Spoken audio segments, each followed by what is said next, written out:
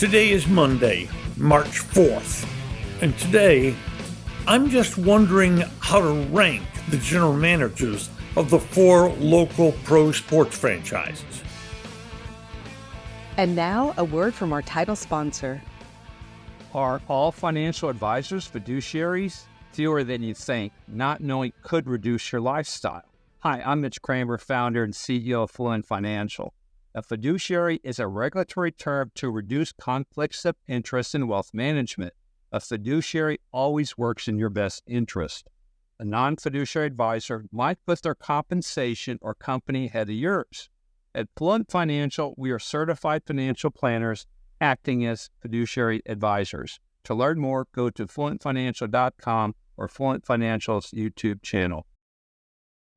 Star Power Expo is the best time to update your home. Get spectacular prices on the best in home entertainment, luxury appliances, smart home products, leather seating, and more. Check out innovations like the 171-inch video wall from LG. The Star Power Expo 3-day savings event runs from Friday, March 8th through Sunday the 10th at both Star Power locations, North Dallas and South Lake. Check out all the deals by going to the website, starpowerexpo.com. The common question that comes up on sports talk shows a lot is, who's going to be the next team to win a championship? The answer last year would not have been the Rangers. But today, let's go a little further. Let's have some fun trying to grade the general managers of the 4 teams. Well, let's start with the lightning rod, Jerry Jones. He gets so much criticism, so much negativity.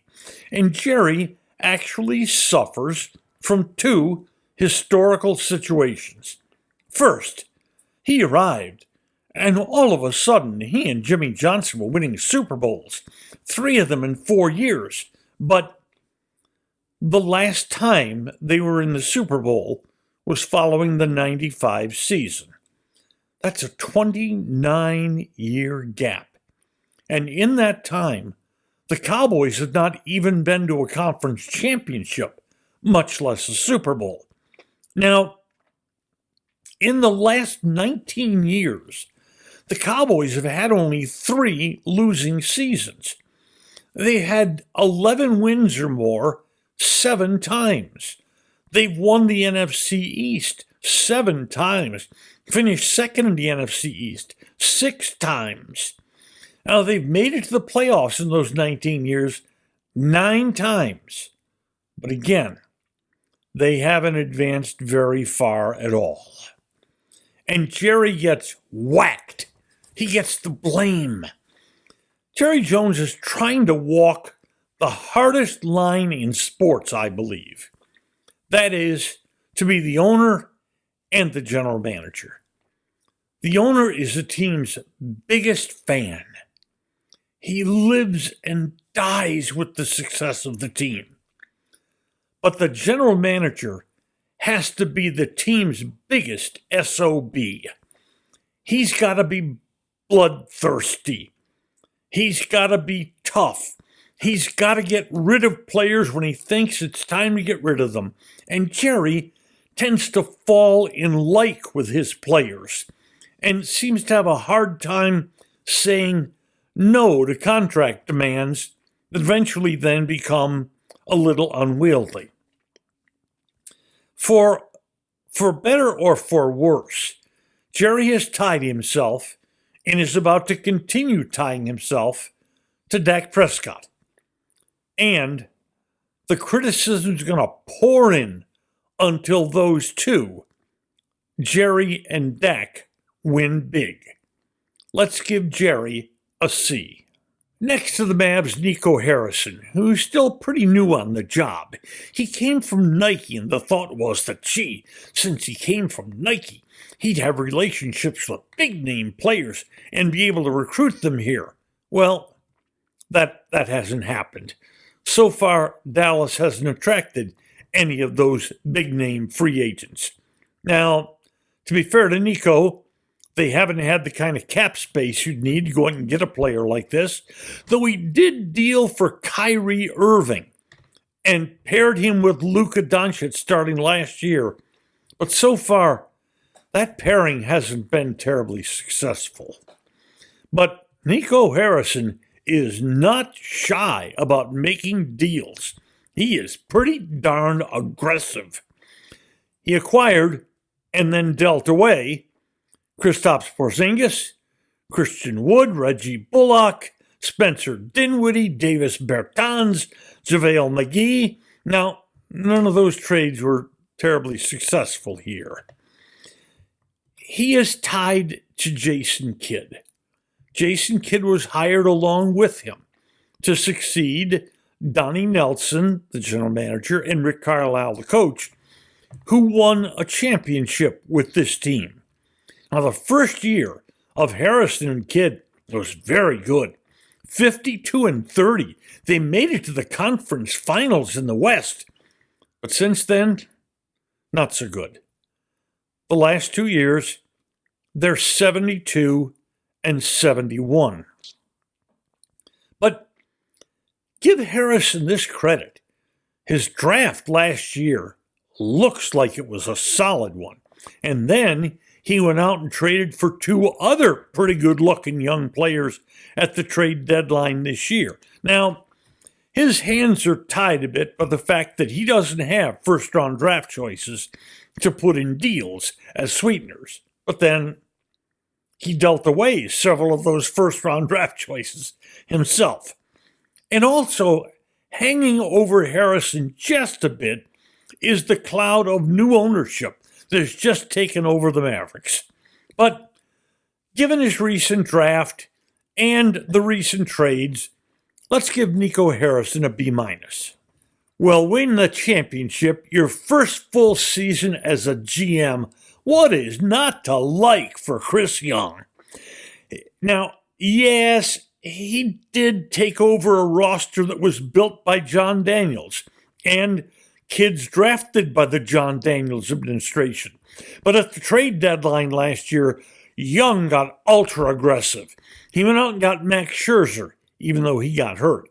Jordan Montgomery, he was the star of the playoffs. Bullpen help, and Aroldis Chapman and Chris Stratton. And that really helped because the Ranger bullpen had been terribly shaky during this season. And in the first time in 53 years, the Rangers have won the World Series. This year, Chris Young's working under orders from owner Ray Davis to reduce the payroll. That's limited him a great deal in moves in the offseason. But he still has added some pitchers, especially in the bullpen, where the Rangers continue to need help. And as we said at the top, what is not to like about having a ring on your finger? Let's give Chris Young an A-. Finally, it's on to the Dallas Stars and Jim Nill, who will very soon be 66 and very soon celebrate the completion of his 11th year as the general manager of the Stars. He has had only one losing season in 11 years. This year, probably the second best team the Stars have ever had since he's been here. In the last 3 years, check out this gaudy regular season record. 130 wins, 68 losses, and 29 overtime losses. This club made the Stanley Cup 4 years ago, but did not win it. They lost in the finals. And this will be the 5th time in 6 years Nill's Stars have made the playoffs. He's aggressive, and he's built one of the very best farm systems in the entire National Hockey League. This is a team with a good mix of veterans and a lot of good-looking young kids. And this year, this team is excellent. What did they need? They needed a solid top 2, top 4 defenseman who shot right-handed, because most of the Stars defensemen shot left-handed. Well, Jim Nill, with the trade deadline still 2 weeks away, went out and got him. He got Chris Tanev, a really solid, one of the best available defenders. And he did it without giving up a future number 1 draft choice and without giving up any of his top prospects. And what's lacking here? A ring. That's all. This team is so well positioned to be in the real mix for that ring this year.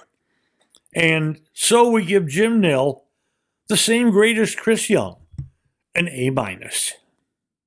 Today's episode has been brought to you by Fluent Financial. Just Wondering is a production of DSP Media for FanStream Sports. You can find Norm's show along with other great programming at fanstreamsports.com.